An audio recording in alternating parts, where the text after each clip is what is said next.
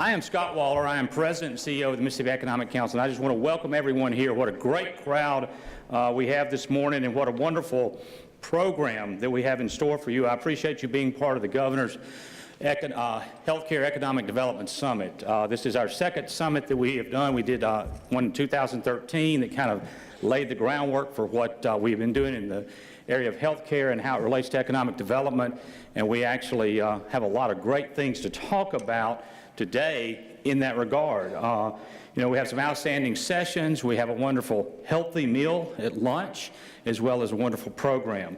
But before we start, I just wanted to take a moment to recognize our sponsors. Many of y'all probably saw them scrolling on the screens. They're on your program. We could not do this without our sponsors.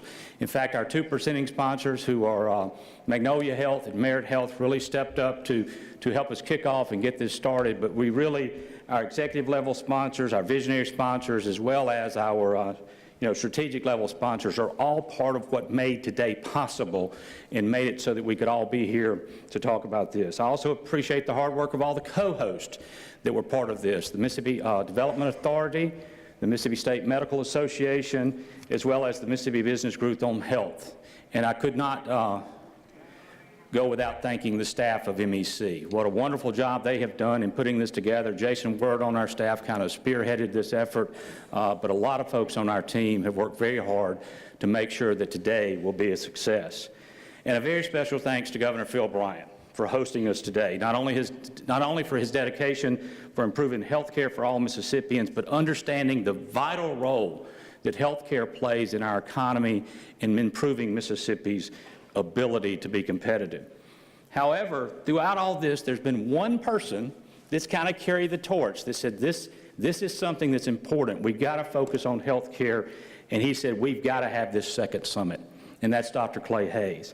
Dr. Hayes earned his medical degree from the University of Mississippi Medical Center, did an intern residency at Mayo Graduate School, came back and did his cardiology fellowship at UMC, and has been a big part of our community. I will tell you, his manner, his approach is pretty amazing, both as a volunteer in making sure that this event happened and as a cardiologist. He's the kind of guy that can make somebody like me get up at 6 o'clock in the morning and go spend an hour in the gym and feel guilty on those days that I failed to do it. And when I went down and sat with him and said, hey, I've got a great idea for lunch. Let's have some fried chicken, mashed potatoes and gravy, fried green tomatoes. He just said, no, that's not going to work at a healthcare summit. So as I said, we have a very good healthy meal. But folks, I want you to understand something.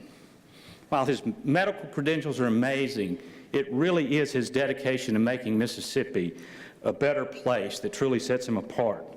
I've had the pleasure of working with him firsthand in his role as chair of the Mississippi Healthcare Solutions Institute, which was formed back in 2011 following the MEC's Blueprint Mississippi, and then the healthcare study that was done shortly after that. He's worked very closely with Governor Bryant in planning today's event, and it's because he understands also it's not just the delivery of healthcare services to our citizens, but how we can impact the economy.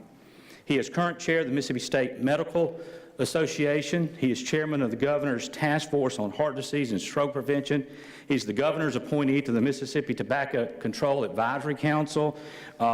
He's the immediate past chair of the Jackson Chamber. I could go on about how involved he is in this community, but I'll just say this.